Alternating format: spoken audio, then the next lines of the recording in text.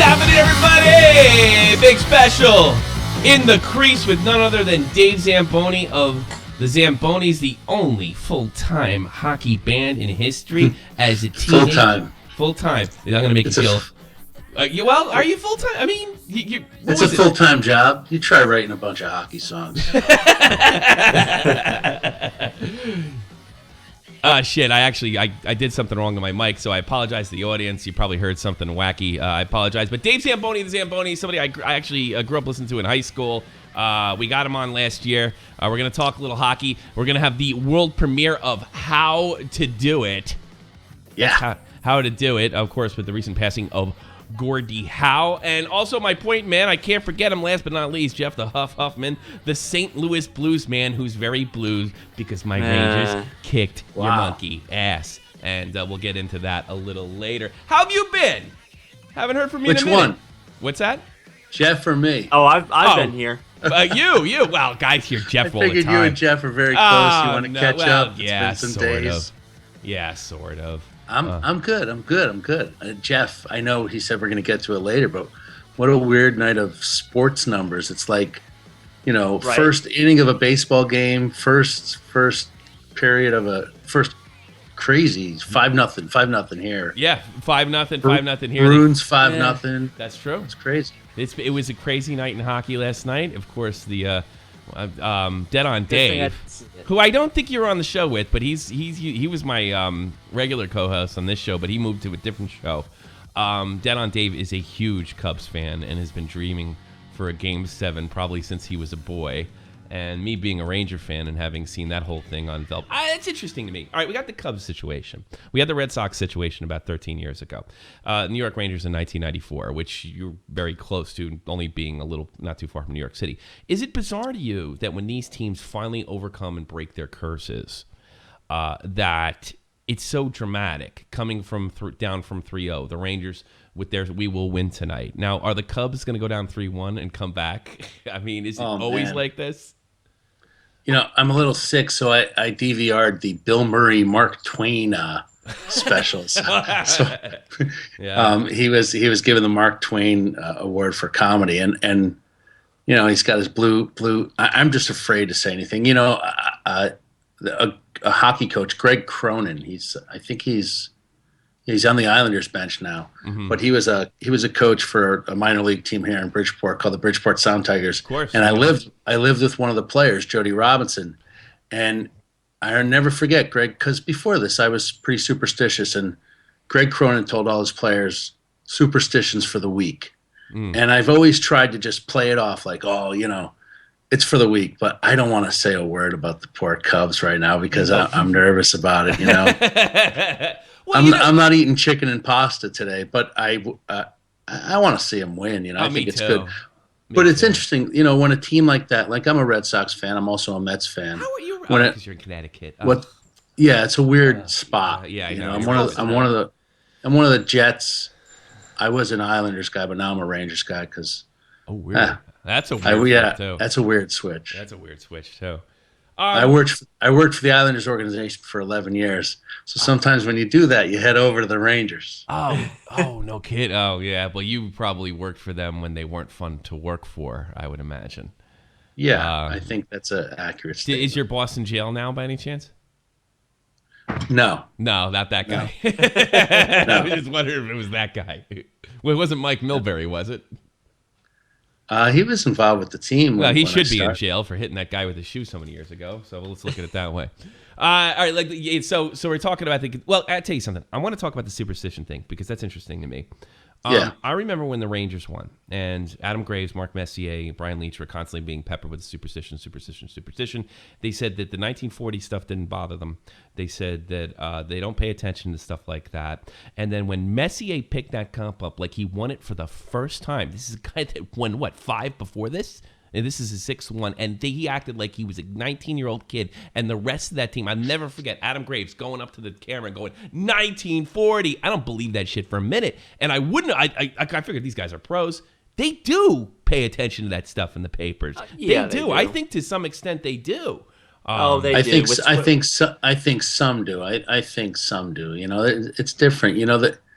there's so much on their brain right there. It's not everyone is sitting there, eating the same meal before a game.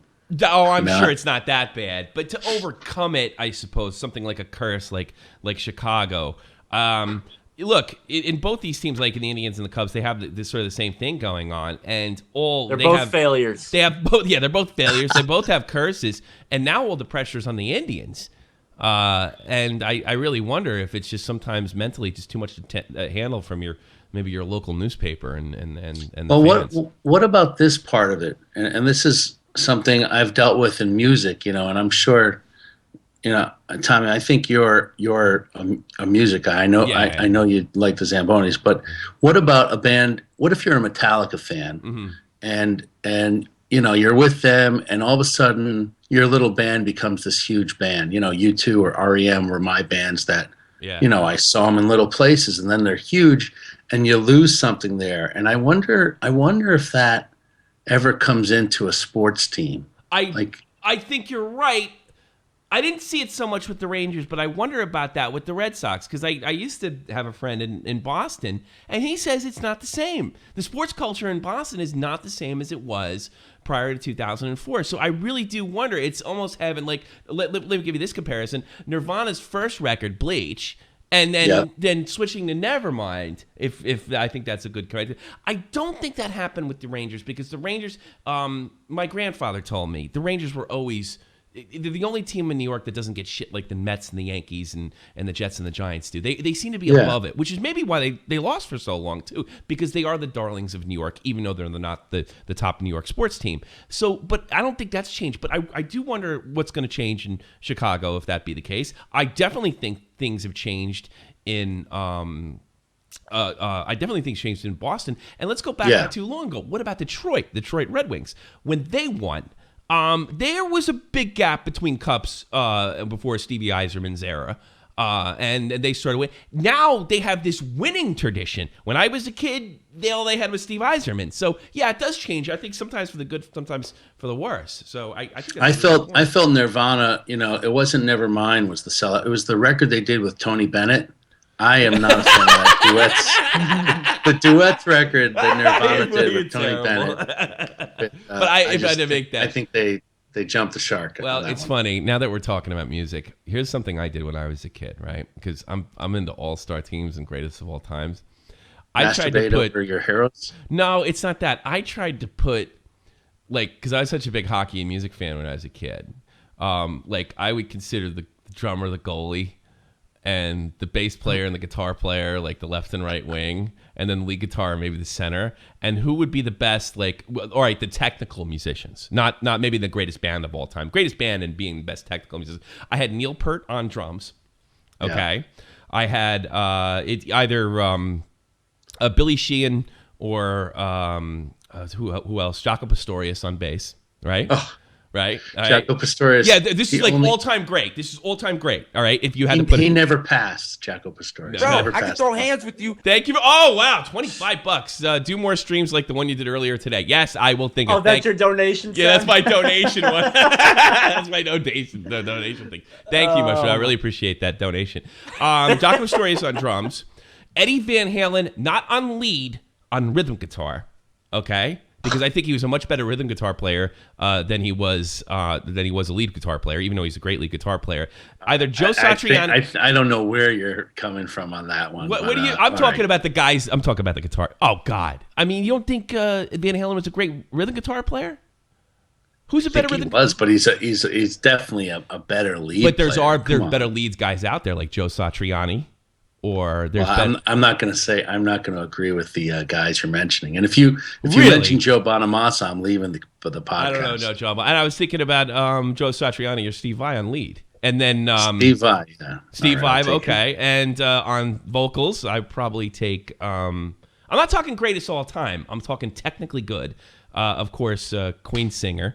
Freddie Mercury on vocals. I thought, from a technical standpoint, the best at their craft, not necessarily with the most soul. I mean, I like the Ramones more than I like Dream Theater. That's a big statement. But it is. I do. I think they have more soul. I do. I like Ramones more than Chilliwack. myself. But I do. But Dream Theater is obviously more sophisticated musicians. We could agree with that, right?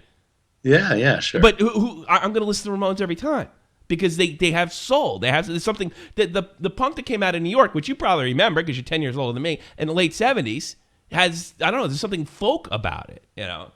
It's funny, we're talking about, well, of course, we have Dave Zamboni on. We're talking about music. You know, maybe we should have a music podcast. What do you think? Oh, please, get me in. Why not? We do everything else. So. We're thinking about esports. We're doing all sorts of podcasts here.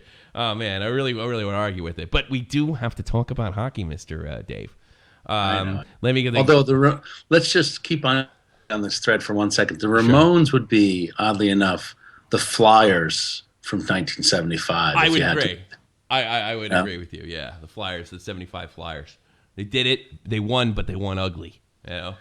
The Talking Heads would be the minor league team for the Boston there was a team in Rhode Island. Yeah, it wasn't the Providence. It was it might have been the Providence Reds or something. I forget. Yeah. You're not old enough to remember the Long Island Ducks, are you? You're only 10 years older than me. No, I just had a conversation about the Long Island Ducks the other day. Yeah, they're rumored to be the actual guys behind Slapshot. Really? Yes, that's the rumor. Still, I was never big on that movie. Yeah, because you're a millennial. Oh, that's and you're right. A jerk. It's been a year. I figured you'd change your. You're a millennial and you're a jerk, Jeff. That's why it's the Long Island Ducks. That's the rumor because I think they had a player coach on that team, and that's who I heard that from. This would be in a New York area guy like me, Sal Red Light Messina. He says, wow. I will go to my grave saying that was the Long Island Ducks. I don't believe it was any other team because supposedly the Long Island Ducks were completely insane. Because I don't want to be out of sync either. That's what happened last time.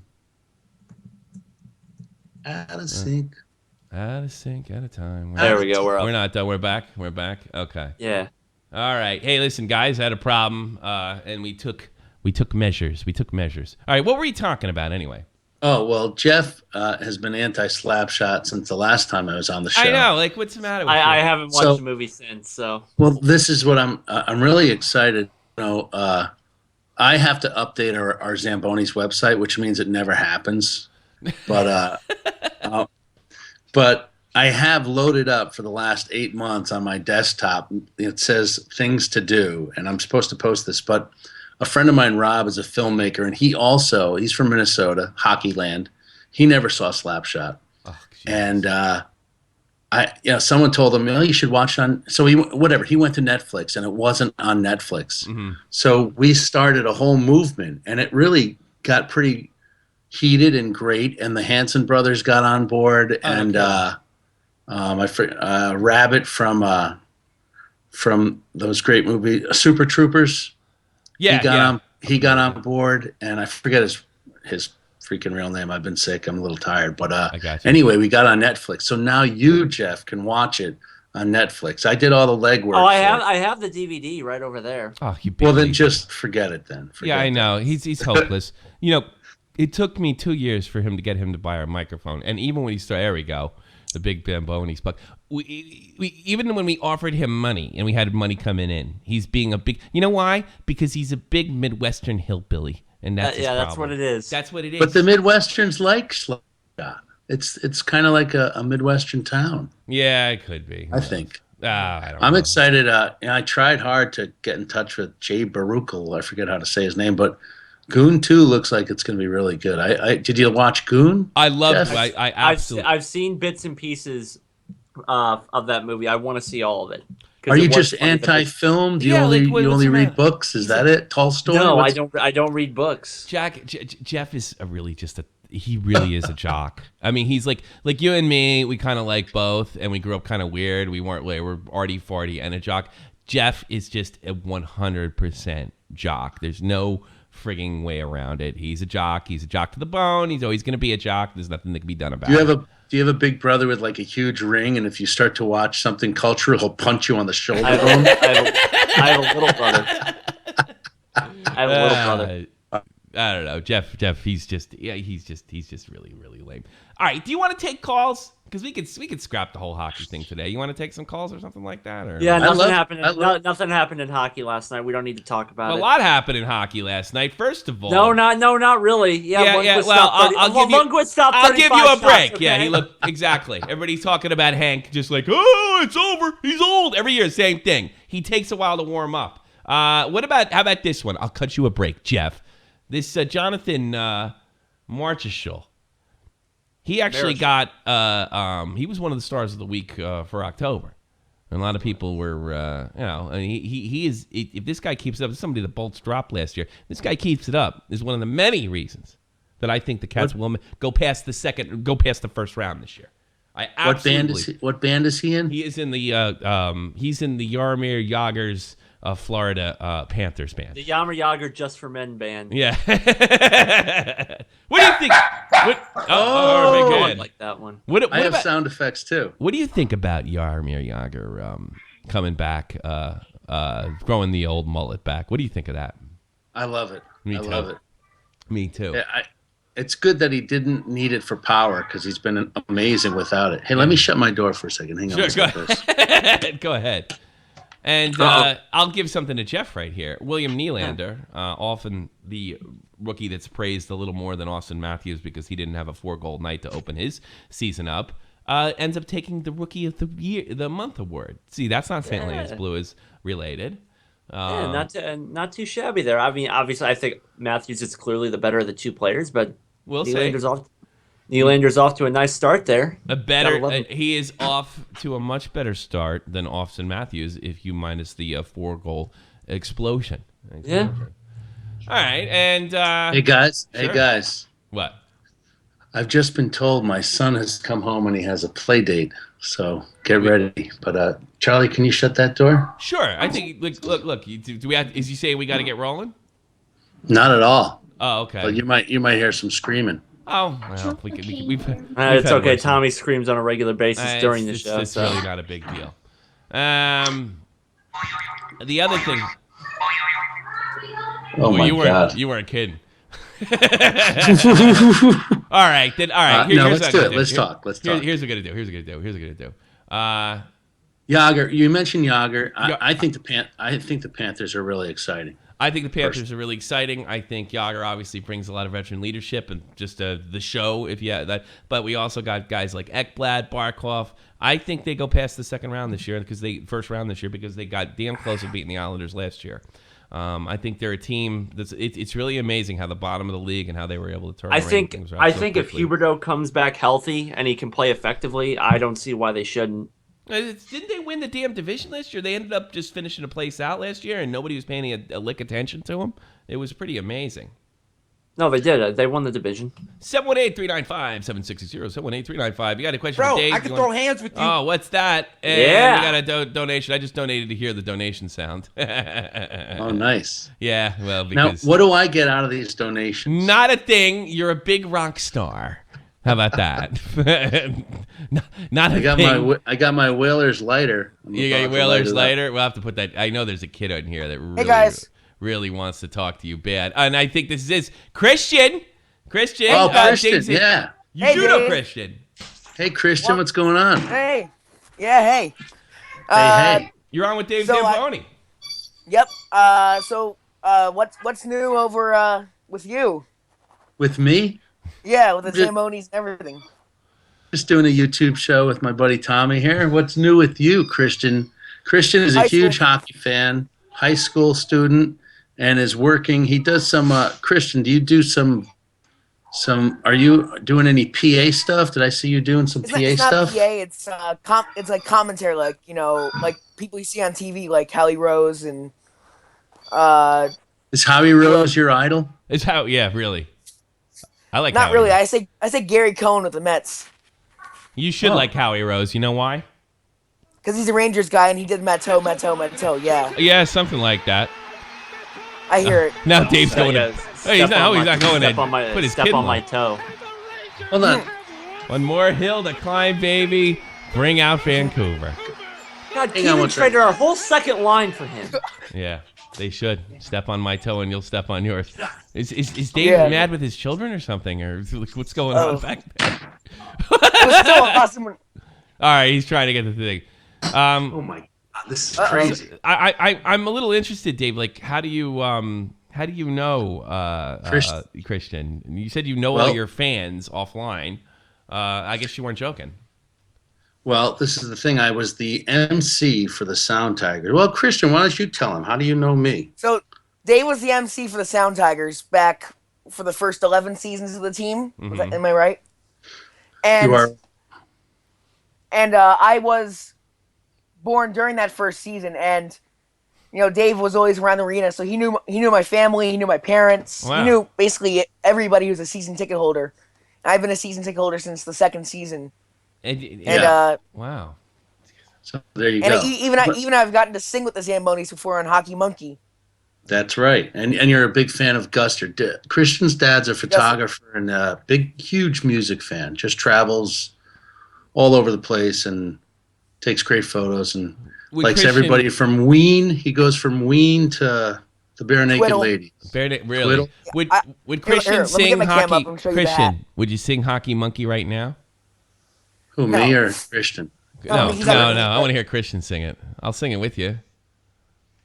Christian, you're not going to sing it? Come on, sing it. I will. Ready? All the scientists are running around, looking for the monkey, but he can be found. He's down by the pond, drinking hockey. With the kids. With the kids. There you go. I like to do it. Now I get paid. Now I get paid. You bet. Yeah, I'm going to get a copyright claim after this, right, Dave? No, it's all right. There's 5 of us that wrote that song that get paid like a half a penny each. So, all right, Christian. Shout out to the great James Kachulka. But let me ask Sure. Christian one question since he's in. How old are you, Christian? I'm 14 now. All right, you're 14. Do you know what a homer is yet?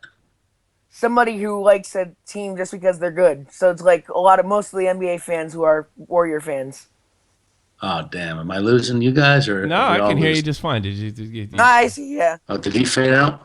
I'm here. Oh, we're shoot. good. We're good. Everybody's frozen. Everybody's You're good? frozen. Well, we're all good. It might be on your end this time. I can hear you just fine. Yeah, you guys are all frozen. I don't know. It's on your end. It must be on his. It must be on Dave's end. Let me see if I can recall him. Hello? Hello. We hear you fine, Dave. Dave is freezing mine. Oh, I really want to be on the show.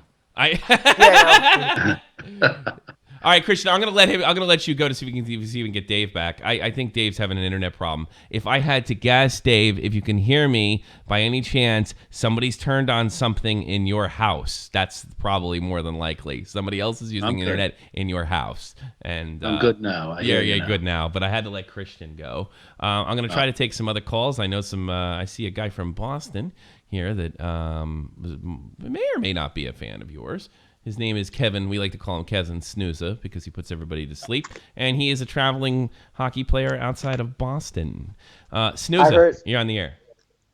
Hello, everyone. Yes. Try not to put us to sleep. We have a very special guest. I know. That's why I'm going to try my hardest. You're failing already. You're failing already, as usual. But Jeff, you're just prone to sleep. Hurry up. I'm going to blow you up, Snooza. You haven't even updated your phone in here. I can blow hands with you, bro. Go ahead. I'm going to beat you up if I ever go to St. Louis, Joe. You'll Jeff, try. You couldn't. You're a center. When is the last time a centerman can fight? Wait, I want to hear Snooza talk. Snooza talk. Well, just so you know, the Sound Tigers, they're pretty. I really like what they're doing in the AHL. I really like the AHL. Like David Leggio? What? Like David Leggio kicking the goalpost? Is that what you like? Because you like cheaters? Well, I never said that. And are you implying that since I'm from Boston, I'm a cheater? Yeah, probably. I bet you cheat in the face-off. I wouldn't be surprised. I'm not Sidney Crosby. Don't be a little bit. Go ahead, Snooza. Sorry to interrupt. Well, I want to talk about the movie Slapshot. Why? You're too young for that. You shouldn't be talking about that. Why? Because you're only 12 years old or whatever. What did you just say? You're like 12, right? No. How old are you? 15. Well, you're probably... All right, so you're 3 years old. You're 3 years away. You shouldn't be watching that until you're 18 years old. But talk about Slapshot. And why is that? Oh yeah. Because Jeff, you're an impressionable young man. I watch you. Good point. Now tell us what you think about Slapshot. Tell us what you think about Slapshot. I've seen a lot of clips because for some reason every time I try to download it, there's always an error and I can't watch it. But I've seen a bunch of clips, and by far my favorite scene is when they're listening to the anthem and the referee keeps looking back at them and he's like, I don't want to hear anything from you. I want to clean the game. And they're just like, I'm trying to listen to the fucking song. That's my favorite scene. You know what my favorite part's? You said the F word. This is my favorite part. When you blow me up? You know, your son looks like a fag to me. You better get married again, because he's going to wind up with somebody's cock in his mouth before he can say Jack Robinson. That's my favorite scene. How dare you say the F word on my show with Dave Zamboni here? He's got sponsors. Was that movie written by a woman? No. I'm not joking. Someone told me that. It couldn't have been. Do you know? It couldn't have been. Really? Let's see. Who wrote Slapshot? That could not have been. I know it was a George something Roy production, but I heard it was written by a woman. Nancy Dowd. You were right. Right? Who is it written by? Nancy Dowd. There Nancy you go. Dowd screamed with the most flavorful Slapshot. Yeah, she did. She wrote Locker Room Talk. She wrote it. I don't know. One of the things, because I was in the military, like somebody says, like, is that the best sports movie ever? And I said, it's the best military movie ever, and it's not even about the military because it reminded me so much of locker or barracks talk, to be perfectly honest with you. And supposedly, Paul Newman said he was not. He claims he was not. He didn't have that filthy of a mouth. He didn't. He dropped the F-bomb from time to time, but he said it changed the way he talked after he did that film. That he actually started cursing more often. I had read that. Who knows if it was true? But I'm 100% sure that Newman said that. Whether it's true or not, I wonder. Just curious. What is your favorite military-based movie? I like them for different. I like different military movies for different reasons. Same. I love Lone Survivor. It's not my favorite though. I don't even know that. I don't even know Lone That's Survivor. with Marcus Luttrell about the Navy SEALs that came out about 2-3 years ago. Yeah, Mark Wahlberg. Yeah, Mark Wahlberg plays Marcus Luttrell. Oh, I saw that. I saw that. one. I'm talking like Platoon. Platoon, I think, is trash. Full Metal Jacket. I like the basic training scene, Full Metal Jacket, because that's crazy. pretty on them. But it's no different that Arlie Army was in the military. He understands, he understands a little bit. The rest of the movie, I don't think is very good. Platoon is just, so it was obviously written by a guy that has a problem with the military. Deer Hunter. I'd never seen the Deer Hunter. Wow. I got to be honest with you. I'm going to go back to Love Saving Private Ryan. That's really like that good. movie. I'm going to go back even farther. Frank Sinatra. I really like From Here to Eternity, and I really think it's about time to be remade because I've seen stuff like that before where officers put pressure on you because they want you to do a sort of certain thing, and it may not even be legal. In this case, it was boxing. I've never heard anything quite like that. But there's something about From Here to Eternity when it comes to political pressure. Forget the Pearl Harbor narrative and stuff like that. Political pressure and peer pressure by other groups. I thought that was interesting. The Ernest Borgnine character was a little over the top, but I really identified with the character that was in From Here to Eternity. He felt like somebody I knew in the military. So What do you think of the TV series Band of Brothers? Pierre brought it up in the chat. I watched that in history class. I saw the first one. It was the best military thing I've ever seen, period. And I never watched another one because I just got distracted. And it's been about 10 years since I've seen it. So, no idea. Now, Tommy, did you curse a lot in the military? Yes, I still do. You know what else I do? I blow you up! Wait, no!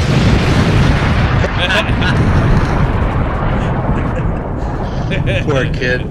Hey, he's a center for a good hockey team. He can take it. He better be able to take it. All right. Hey, I think we should do your. I'm going with Apocalypse Now, by the way. Apocalypse Now. I thought that was a really unrealistic. Perfectly honest with you, but it's definitely well acted. Be real. I didn't serve. I went to Canada in 1984. I was so afraid of Vietnam. I went to Canada. Canada in the early 80s. 9 years later. Yeah, 10 years after it was over. I'm getting out of here. Oh, boy. I think I was born the year or the week it officially ceased operations or something in Vietnam or something like that. All right. I think 75 or 76? 76. It was 76, I think, it ceased operation, right?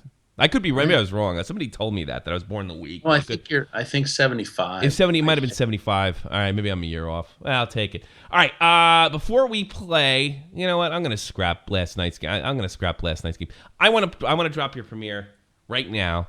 It's How to Do It. You want to intro it? So listen. This is the thing. I was going to put it out on the internet and put it out, but I'm going to hold off because we're making a video for it. So this is just a simple. It's going to get played here. Your show streams, right? Yes. So we played here, yeah. So people can listen to it here, but this is the first time it's ever been played anywhere in the world besides my computer and the other guys in the band's computer. So, so it's called. It was written the 2 days after Gordie Howe died, and recorded that weekend. It's sort of been sitting around. We've been deciding what to do, and it's called Gordie. And then in parentheses, Howe to do it, Howe to do it. And, he was a great guy. And a lot of people from Wayne Gretzky to just the guy that works at the local rink, anyone who met him and didn't deal with his elbow on the ice, he was just a good guy. And so that's what it's about. It's about him on the ice and him off the ice. Yeah, and I still got to apologize. I was never able to make a video for you because when you wrote that that's all right. about Scott, that's all right. About we're John Scott, that was about the time my wife gave birth, and it was just not feasible at the time. The old birth excuse. This is my Gordie Howe signed whaler hat. Oh, get out of here! Look at that. You didn't meet him when you were a kid, did you? When he was in the What's that? You didn't meet him when you were a kid, did you? No, you're breaking up again. I think it looks like it. I'm going to buy Twitter. I'm going to buy Skype so this doesn't happen anymore. Yeah, he might want to update it too. But here's what we go. We'll say goodbye. Did you meet Gordie Howe by any chance? Yeah, I can't hear you. Oh, God. That's too Son of a... Yeah, son of a man. I'm going to probably reset. The most frightening thing, can you hear? I wonder if you can hear me, but the most frightening thing when this freezes is Jeff is just staring at me. It's freaking me out. No, I do that. So. Well, here's what we're going to do, Dave. We're going to play the song and get out of here. Still can't hear you. Yeah, I know. Try to type in the chat for him. You're coming back. You coming back? Type in the chat for him, Jeff. We're going to end this with Gordie Howe, How to Do It. I think somebody's using the internet in his house. Okay. To be perfectly honest with you. But this is it. Zambonis, How to Do It. Thank you very much for being a part of the show. Dave Zamboni. I hope I see you soon. Take care. Here it is. I hear you now. How to do it. How to work and how to play the game. Oh, you showed us how to be the leader of the team. When Gretzky was a boy, you were in his dreams. Time was sure on your side. Perfection you displayed. Now you can hear me. Skate on and we celebrate those days.